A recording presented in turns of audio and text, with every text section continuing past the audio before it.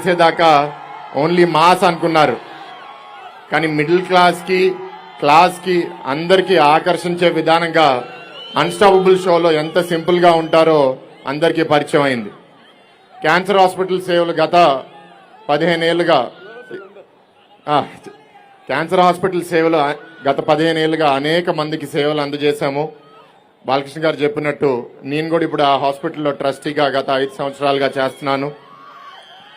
ఇప్పుడు అక్కడన్నా ఒక వీడియో వచ్చి బాలే నిన్ను కొట్టారా అంటే కొట్టలేదు, అందుకే బాధపడుతున్నాను, కొట్టుంటే అట్లీస్ట్ నన్ను ముట్టుకుంటారు అనుకుంటున్నారు. 2014లో ఏం చేస్తారు, రాజకీయం ఓడిపోతారంటే హిందూపూర్లో మంచి మెజారిటీతో గెలిచారు. రెండోసారి ఛాన్సే లేదన్నారు, దానికన్నా ఇంకా ఎక్కువ మెజారిటీతో గెలిచారు. ఈసారి మూడోసారి చాలా ప్రయత్నాలు చేశారు, అభ్యర్థులు మార్చారు. ఈసారి ఇంకా ఎక్కువ మెజారిటీతో గెలుస్తారా?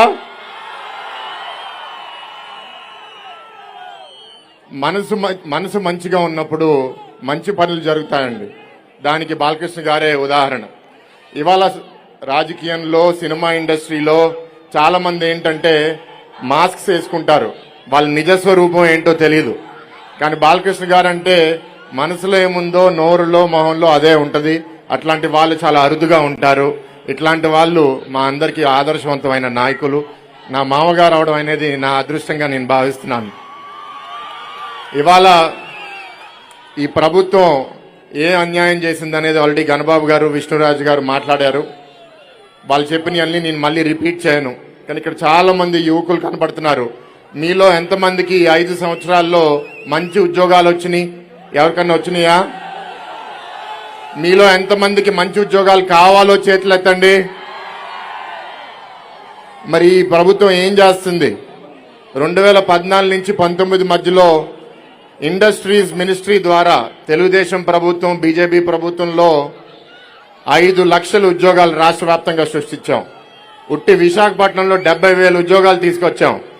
ఈ 5 సంవత్సరాల్లో కూడా ఉద్యోగాలు సృష్టించారు. ఏంటో తెలుసా?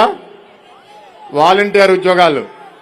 వాలంటీర్ ఉద్యోగాలు బ్యాడ్ అనట్లే, కానీ డిగ్రీ చదివిన వాళ్ళు, బీటెక్ చదివిన వాళ్ళకి 5,000 రూపాయల ఉద్యోగం సరిపోతుందా? ఇందాక గణబాబు గారు అన్నట్టు ఈ వైసీపీ ప్రభుత్వం పేదల పట్ల ప్రభుత్వం కాదు, మిమ్మల్ని పేదరికంలో ఉంచే ప్రభుత్వం. మీరు పేదరికంలో ఉండిపోవాలి. ఎందుకంటే వాళ్ళు మీకు కొన్ని బిస్కెట్లు వేస్తారు, మీరు ఎదగకూడదు, మీరు తలెత్తకూడదు. మాట్లాడితే మీ మీద కేసులు. ఇక్కడ మాట్లాడితే గీతం యూనివర్సిటీ గోడ కొట్టేశారు. గాజువాక్లో పల్లా గారు మాట్లాడితే ఆయన బిల్డింగ్ కొట్టేశారు. భీమిలిలో సబ్బహరి గారు చనిపోయారు, కానీ సబ్బహరి గారు మాట్లాడితే ఆయన ఇల్లు కొట్టేశారు. ఇలా అందరినీ కొట్టుకుంటూ పోతే రేపు గెలిస్తే మిమ్మల్ని వదులుతారా? ప్రభుత్వం మార్చుకునే బాధ్యత మనందరి మీద ఉంది. ఇక్కడ ఎలాగైతే మీరు అందరూ ఉత్సాహంగా ఉన్నారో రేపు మీరు అదే ఉత్సాహం ఓటింగ్ బూత్ లో కూడా చూపించవలసిందిగా కోరుతున్నాము. ఇందాక గణబాబు గారు కూడా చెప్పారు, హాస్పిటల్ ద్వారా అనేక మెడికల్ క్యాంపులు ఈ అంతా ప్రాంతం, ఉత్తరాంధ్ర ప్రాంతంలో ఓవర్ 100 మెడికల్ క్యాంపులు చేస్తే ఇంచుమించు 1,00,000 మంది దాని ద్వారా వైద్య సేవలు అందజేసుకున్నాం.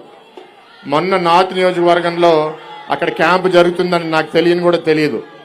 కానీ ఆ క్యాంపు ఎప్పుడు లేని విధంగా ఆయన మీద పోటీ చేసే అభ్యర్థి అనుకుంటా పోలీసులు పంపించి వేధించి ఆ క్యాంప్ ఆపిచ్చాడు. అంటే పేదవాళ్ళకి ఉచితంగా వైద్య సేవలు అందజేయడం కూడా వాళ్ళు తట్టుకోలేకపోతున్నారు.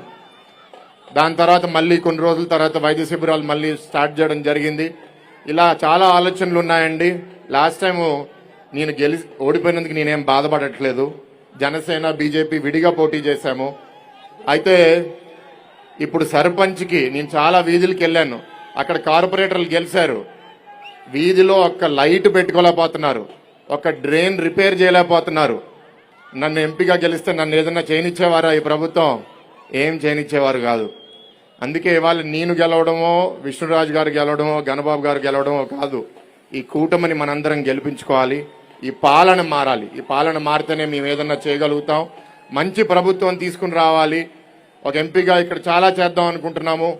విశాఖ స్టీల్ ప్లాంట్ ప్రైవేటీకరణ, రైల్వే జోన్ ఎస్టాబ్లిష్మెంట్, ఉద్యోగాల కల్పన, శాంతి భద్రతలు, మీ అందరూ మీ ఆస్తులు, మీ కుటుంబాలకి గంజాయి సమస్యల నుంచి పరిరక్షించుకోవడం, ఎన్ని పోర్టు కాలుష్యం అవనివ్వండి, ఇప్పుడు వాటర్ సమస్యలు చాలా మంది దగ్గర ఉన్నాయి. ఇవన్నిటి మీద దృష్టి పెట్టలేదు.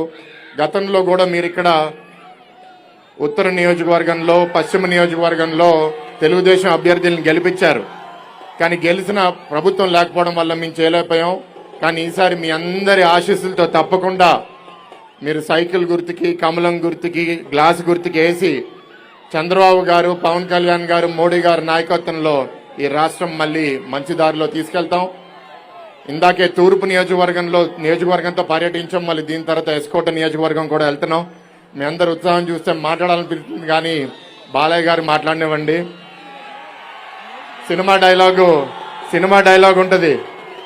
హైదరాబాద్ లో ఏదన్నా రెస్టారెంట్, పబ్ మూసుకుంటే ఒక స్లోగన్ తో ఎండ్ అవుతుంది. ఏంటి ఆ స్లోగన్? జై జై జై.